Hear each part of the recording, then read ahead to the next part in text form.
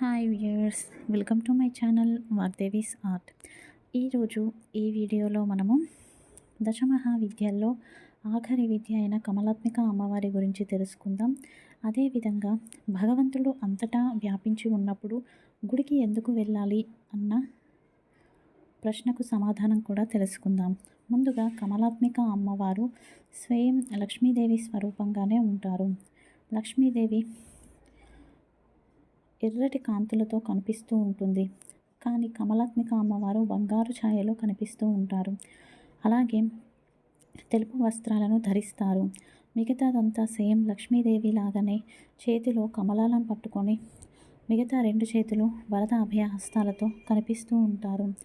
అదేవిధంగా గజములు అమ్మవారికి అభిషేకిస్తున్నట్లుగా కనిపిస్తాయి. రెండు వైపులా లక్ష్మీదేవికి 2 ఏనుగులు అభిషేకం చేస్తున్నట్లు ఉంటే, కమలాత్మికాదేవి అమ్మవారికి 4 ఏనుగులు అభిషేకం చేస్తున్నట్లు కనిపిస్తుంది.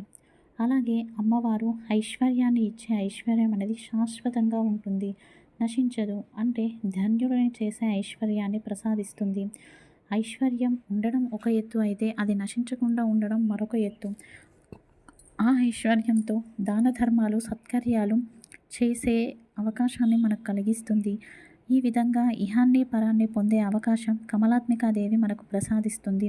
సత్యనిష్టను కలిగి ఉంటే మోక్షాన్ని కూడా కలిగిస్తుంది కమలాత్మికాదేవి అమ్మవారు.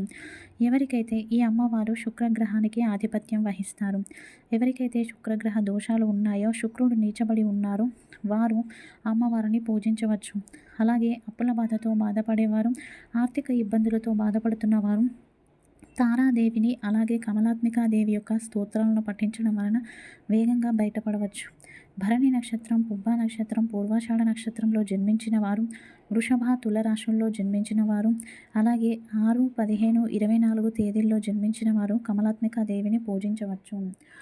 ఇక భగవంతుడు అంతటా ఉంటే గుడికే ఎందుకు వెళ్ళాలి అంటే, భగవంతుణ్ణి ప్రతి చోట చూడగలిగే శక్తి మనలో ఉన్నప్పుడు మనం గుడికి వెళ్ళాల్సిన అవసరం లేదు.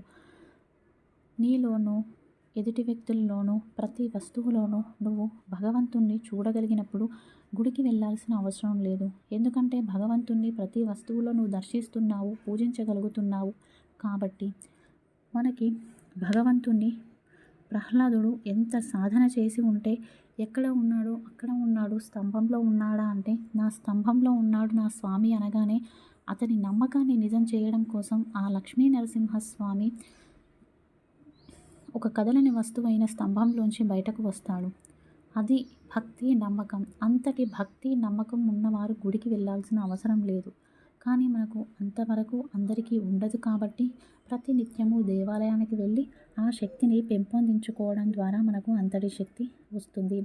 అలాగే భగవంతుని యొక్క పూర్తి శక్తి ప్రకటితమయ్యేది దేవాలయంలోనే. కాబట్టి ప్రతి నిత్యము కూడా దేవాలయానికి వెళ్ళి భగవంతుని దర్శనం చేసుకోవడం వలన మనకి మంచి జరుగుతుంది. ఇది ఈరోజు video. Thank you for watching.